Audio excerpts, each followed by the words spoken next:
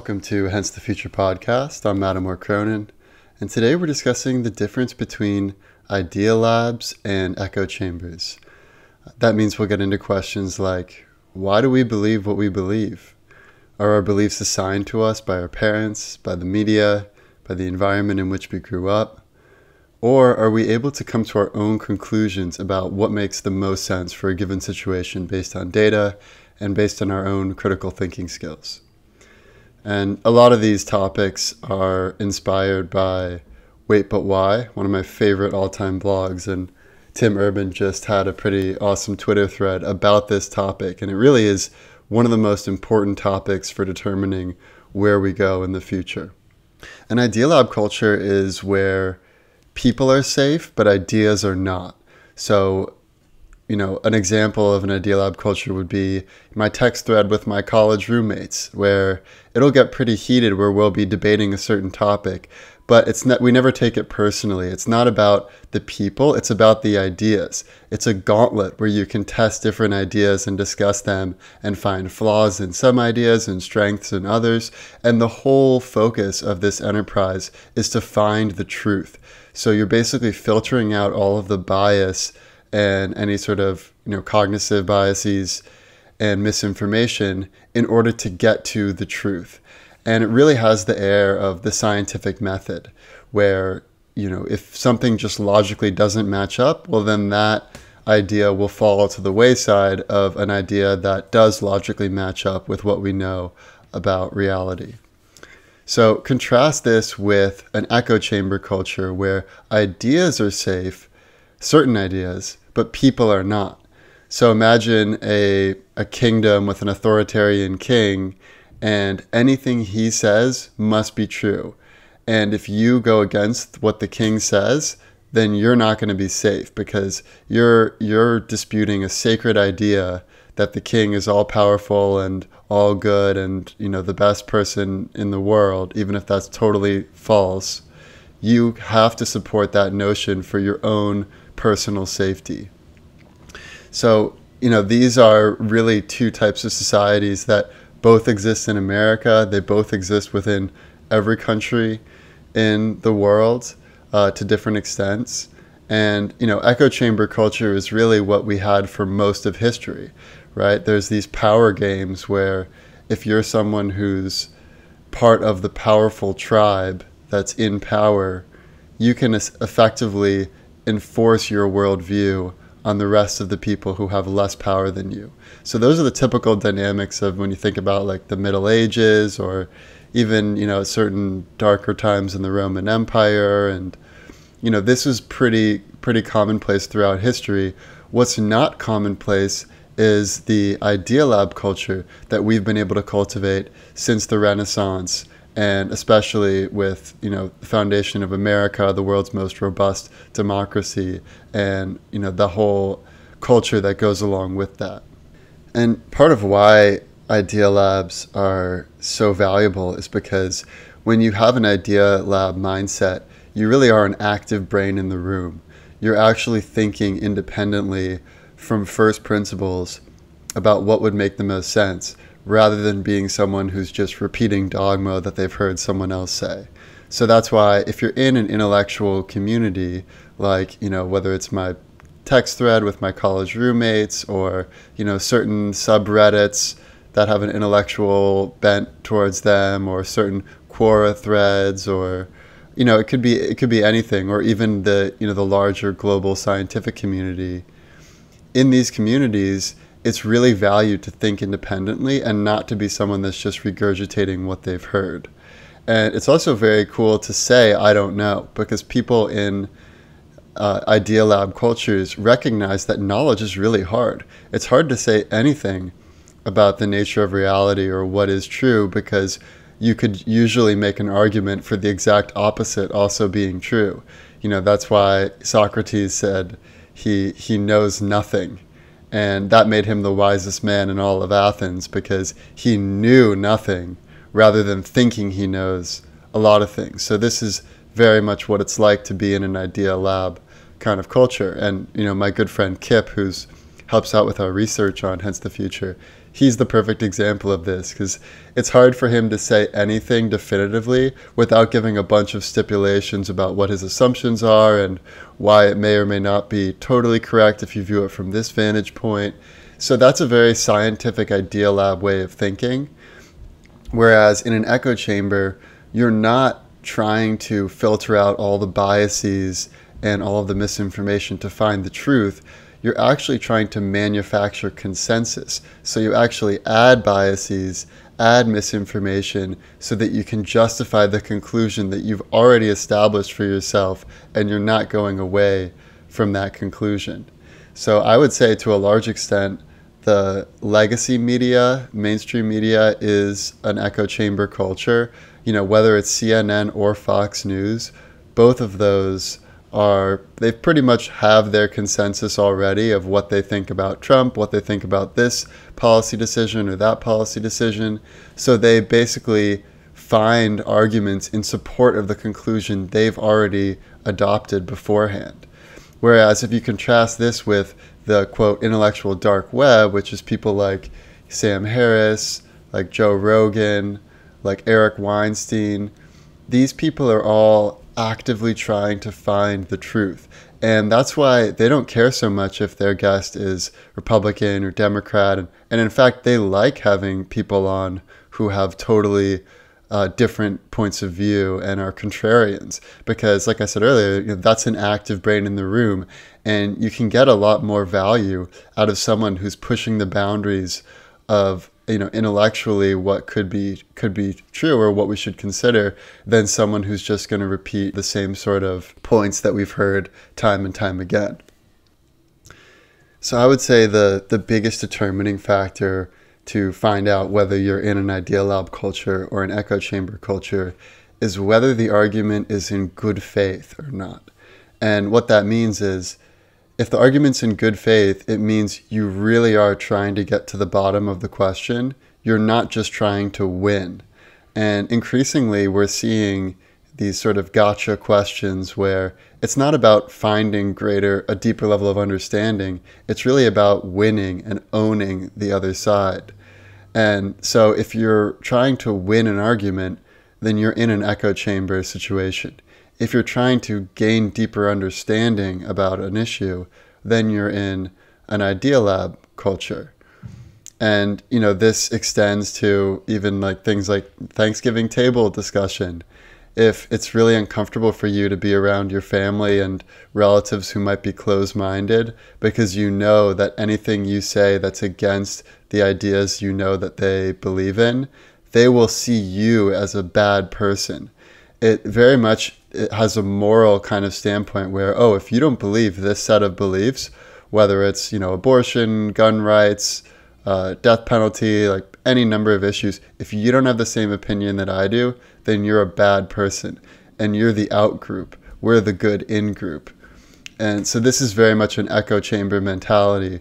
Whereas if you're someone who doesn't take it personally and say, hey, you may have a different thought about any of these hot button issues, but I'm not going to hold it against you personally, you know, and in fact, I actually respect that you have a different point of view because it helps me think harder about my view. And if you're not considering the opposing viewpoint, then you probably don't understand the issue very well. So, you know, these are really two different points of view to determine whether you're in an idea lab culture or an echo chamber culture. This gets to a related concept, which is straw man arguments and steel man arguments. So a straw man argument is a caricature of what your opponent believes, which makes it really easy to shoot them down and win the argument in an echo chamber type of way. So for instance, if you say to someone like, oh, you want to abolish the death penalty, so you don't care about justice for the people who may have been killed by that person. You don't care about justice. You know, that's a straw man argument. The other person may totally believe in justice, but they just think justice should be delivered in a different way, you know, whether it's life in prison or for whatever other reason. So a steel man argument on the same topic would be, oh, you want to abolish the death penalty, Is that because, you have a moral standpoint against the death penalty, or is it for practical reasons like, because of how expensive it is to the state to have to put someone all the way through death row and all the legal hurdles that requires? That's a steel man argument, because you're presenting the points of view that they may have that may be legitimate to try to actually understand their viewpoint on a deeper level.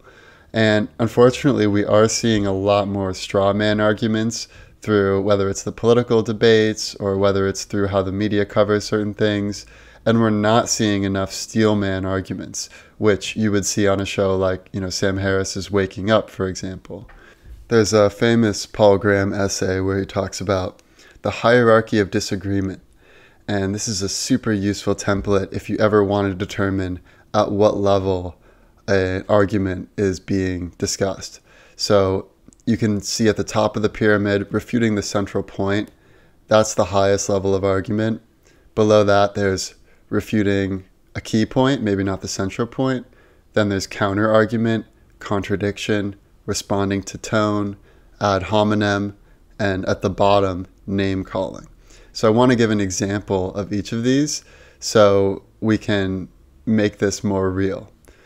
So at the top, refuting the central point. So let's say you're having a discussion with someone about the death penalty, and your opponent says, we must keep the death penalty because it does an important job disincentivizing the worst types of crime.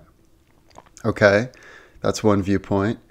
You could refute that central point and say, look, I agree, we should disincentivize the worst types of crimes. However, data suggests that actually life in prison does just as good a job disincentivizing crime as does the death penalty. And here's the data so you can review it for yourself. That is the highest form of disagreement on that topic. The one level below that, which is still very healthy, is refuting a key point. So you might not refute the part about it, being important to disincentivize crime, but you could say, well, maybe disincentivizing crime isn't as important as it used to be because we now have mass surveillance that make it no longer necessary because it's so easy to keep tabs on everyone and crime has been falling for so many years that maybe it's not as important for us to be disincentivizing crime through the death penalty as it used to be. Again, that's a fairly good argument. One level below that would be a counter argument. So rather than, refuting one of the central points, you could just simply say, okay, I hear you. We should also consider the costs of the death penalty because did you know that $4 billion have been spent in California alone since 1978 to pay for all the legal fees that are required to put inmates through death row? So imagine what that $4 billion could be used for to improve society instead of spending it on the death penalty. That's a pretty good argument as well. Once you get below counter-argument, that's when it starts to become a less healthy debate. So below counter-argument would be a simple contradiction, saying like, I can't believe you support the death penalty. So many academics have found it to be problematic. I can't believe you still think it's a good thing. So you're not really talking about why their idea is wrong. You're just contradicting them in a way that just shows you have some superiority. One level below that would be responding to tone, like saying, I can't believe you supported the death penalty and said it in such a cavalier way. So again, you're kind of attacking them on a more personal level rather than discussing the ideas specifically. One level below that, even more personal, would be ad hominem attacks. So saying, of course you support the death penalty. You're just a Republican senator who only follows the party line. So again, you're making it totally personal. You're not really talking about the ideas or the policy itself. And the lowest level is name calling. Like, you insensitive piece of shit, you never cared about the lives of people. So that's obviously the lowest level of argument. And unfortunately, on Twitter and in a lot of political debates, it's actually rare to see politicians discussing the central point, refuting the central point, refuting other points, talking about their assumptions. It's much more common to see ad hominem attacks, simple contradictions, name calling. So that's part of why I think people are sick of legacy media and social media. And they're more interested, increasingly, at least in some communities, with long-form discussions that are really about deep levels of insight. One of the topics we've talked about a lot on this podcast is the concept of emergence, where you have new properties and greater level of intelligence as you go from the cellular level to the macro level of individuals, and even above that to collective, all of humanity, all of a nation, all of the world, all species, all beings in general.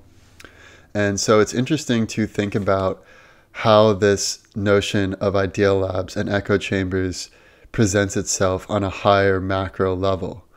And when all types of people are engaged in idea lab thinking, that's when you have these huge boons in productivity and growth and wealth creation. And you really have this higher mind, almost like this godlike mind that is really using the best of all the nodes in the network, everyone who's really trying to get at the truth, to continually push society forward. And this is really how we end up having so much progress technologically and with improving quality of life. It's largely due to this higher level mind that operates on an idea lab type of way, based on scientific method and finding truth and good faith discussions and hard science. Whereas if you have an echo chamber giant, so if you have all of these little echo chambers and they add up to this giant echo chamber, that's when you have things like oppression and genocide and limiting what people are allowed to think and allowed to say. And so, we saw recently with Hong Kong just had some, pretty big defeat at the hands of the Chinese Communist Party, where now you can be extradited to China in a number of countries. And so if you say something bad about the Chinese Communist Party and you're in Thailand on vacation, you could potentially be extradited to China and face punishment, not because your idea was wrong, but because your idea went against those in power. And that's what it looks like when you have an echo chamber at large. So when we think about the future, it's really important to decide what type of world do we want to live in, and how will our individual behaviors of how we discuss ideas, our community level behaviors, how we discuss things in our neighborhoods, in our towns, with our families, with our social media communities, and how does that play into the larger American mindset? Is America largely an echo chamber or a higher level mind? And is the Western world largely an echo chamber or a higher level mind? Is the whole world more of an echo chamber or a higher level mind? So this is going to be one of the biggest determining factors in what happens in the future. This brings us to a question. Are echo chambers getting worse in America? In other words, are echo chambers growing more rapidly relative to idea labs?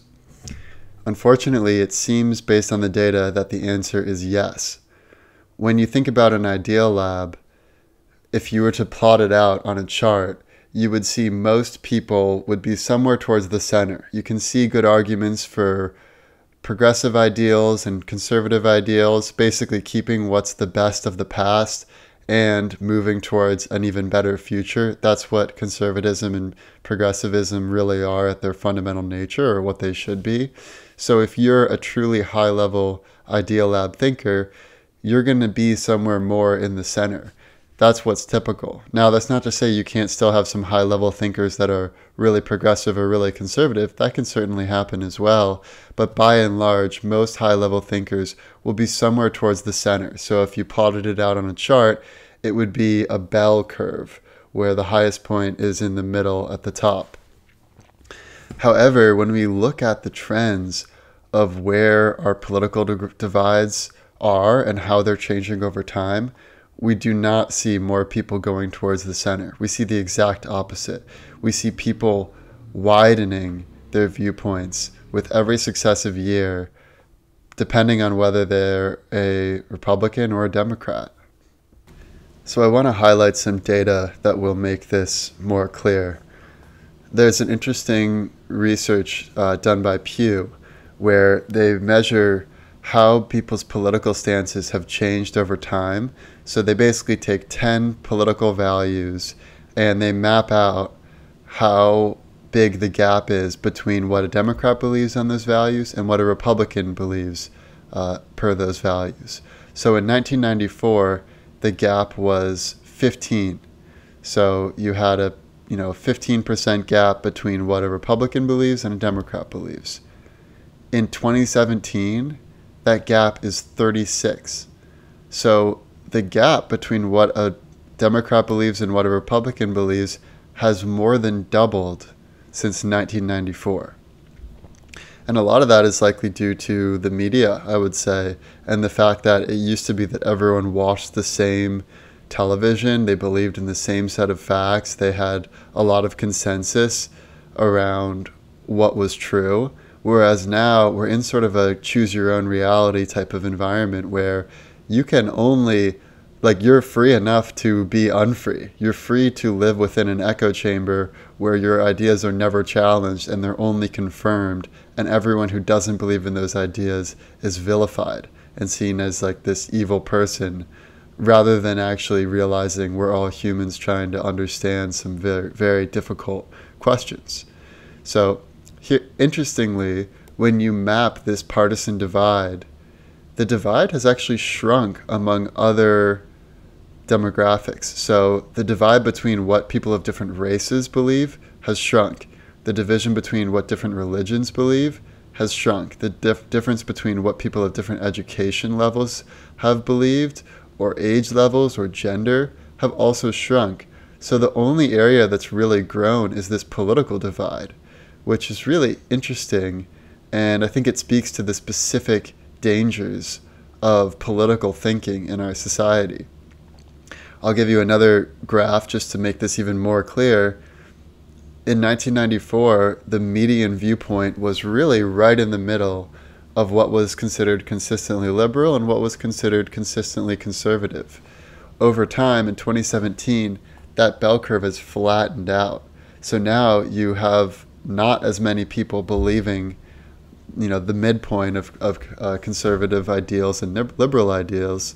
Instead, you have most people are on the fringes, on the outside. So you can imagine that we had all of America was kind of overlapping in this bell curve, and now it's moving aside so that most people are actually on the extremes and there aren't as many people in the middle. Another important data point is that when you look at the gap in approval rating between presidents recently and presidents, some years ago, more recently there has been a greater and greater gap. So the biggest gap is during Trump's first year in office, only 8% of Democrats approved, 88% of Republicans approved. Now contrast this to Nixon, who was also a really controversial Republican president. 49% of Democrats approved of him. 83% of Republicans approved of him. That's a much smaller gap, where almost half of Democrats approve of the president to now only 8% of Democrats approve of the president. And it wasn't really much better during Obama's years, although it has gotten a little worse. During Obama's first year as a president, only 23% of Republicans approved of him, whereas 85% of Democrats approved of him. So you can see this gap is literally widening with every successive year and every successive president. Yes, the trend could reverse, but it hasn't so far. So that leads to the question of, where does this end? What's going to happen if the political divide keeps widening year over year? And what can we do to prevent that? I would say one of the biggest ways to improve our culture of how we handle ideas and move society forward would be to focus more on positive sum wealth creation games, like, let's revamp our energy sector, let's create more innovation, let's do public works programs, let's do things that are going to be good for everyone in our society, rather than status games where you're really pulling someone else down so that you can be on a higher level than them. And unfortunately, I think part of the challenge right now is because of what's going on in the economy, it's really hard for people to not have any game to play. And when their wealth creation game has been taken from them, where they don't have a job, they don't have a way that they're actively contributing to society, then they tend to fall into status games of, oh, well, the reason I don't have a job is because someone else is evil and I'm going to tear them down. And, Jeff Bezos is evil and all of these billionaires are evil and we need to take them down. We need to take down the police. Like, basically, we need to tear everything down. And rather than focusing on building, like, how can we build a better society using the strengths of everyone? The billionaires should contribute more. Everyone should do what they can to improve society.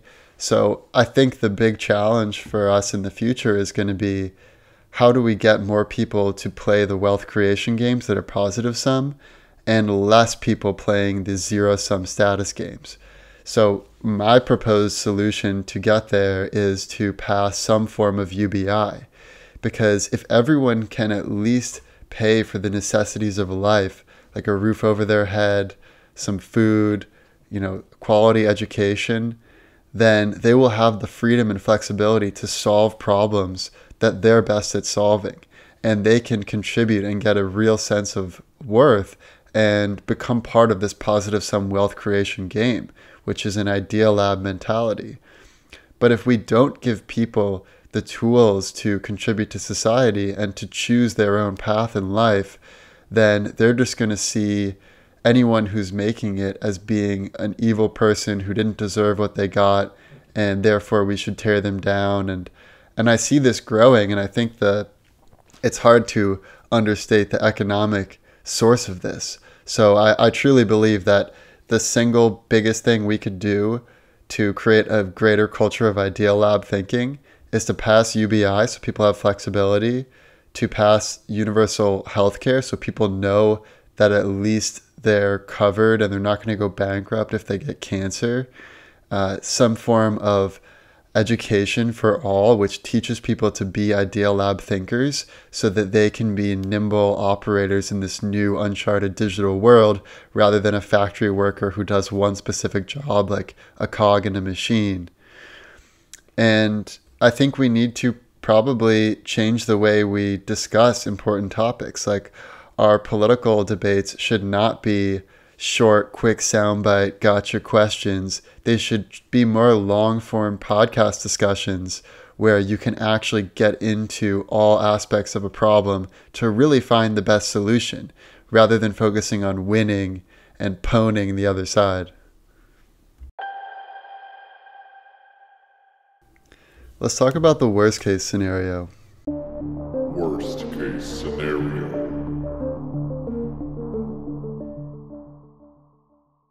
In the worst case scenario, the trend of echo chambers growing relative to idea labs will continue to accelerate. And you could imagine already the partisan divide is so great that if it gets much greater, it may become very easy to dehumanize the other side, where Republicans and Democrats see each other as not even really being human. And that could lead to a civil war. I mean, that sounds kind of ridiculous at this time, but it's not something that has never happened before in history. So I would say that's one worst case scenario. Another would be, maybe it's not an actual civil war, but it leads to a situation where whichever group is in power, whether it's, the woke left or the far right, that they treat the other side so terribly that it's almost like they would rather see the other side lose than see us all succeed. And, that would also be a really bad situation. We could fall into authoritarianism on either side. We could fall into more of a fascist authoritarianism where you have very limited freedoms and you're being watched at every move, and there's a fundamental mistrust of people, sort of like a Big Brother 1984 scenario, which is largely playing out in places like China already.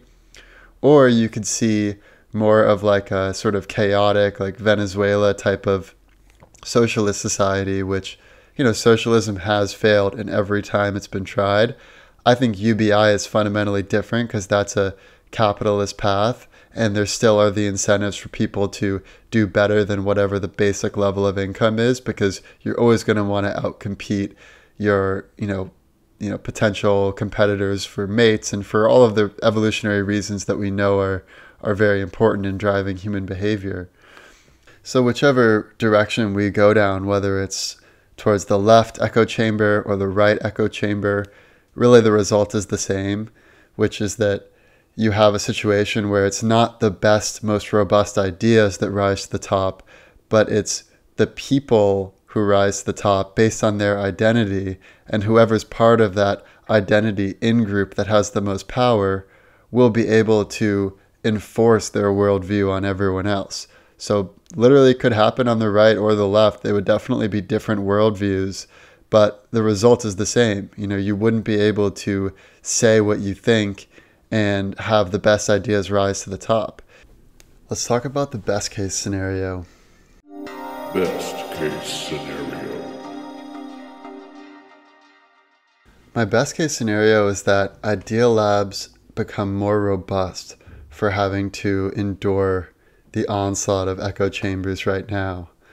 And I think that's already happening to some extent, where you can see the intellectual dark web is sort of evolving on its own, separate from the legacy media world, where Sam Harris, Eric Weinstein, people like that, Yuval Noah Harari, they really are honing their ideas and making real intellectual progress, even if the mainstream world is still stuck in the same old battles that are on a very tribal basis and not really about finding truth. So I could see in the best case scenario where we're really going through growing pains right now, and because the internet is still relatively new and recent, and this world of being able to decide what news sources you want to consume, and the tendency for people to want to consume only the news that confirms their pre-existing beliefs, that may just be a growing pain stage. And we may get beyond that to a point where we are so robust against the traps of echo chambers that we actually are able to create an unprecedented level of productivity, technical growth, and improving the quality of life for everyone. And I think that will necessarily require some form of UBI, because currently, whichever group ends up creating an AI that can do the work of any person, and it's infinitely scalable because it's software. So whether that's Google or OpenAI or Apple or whatever group it is, that group is going to have tremendous wealth. And anyone who's doesn't have some of their stock, or doesn't have some equity in some other company that's doing really well, or some assets that are really valuable, i.e. the vast majority of people, will be totally left out to dry. And if you can't contribute to the positive sum wealth creation games, you're likely to fall into the power games of status, which are zero sum. And so I think we will necessarily need to pass UBI, some form of healthcare, and some form of education for all people if we're going to achieve the best case scenario. Now let's talk about the most likely scenario. Most likely scenario.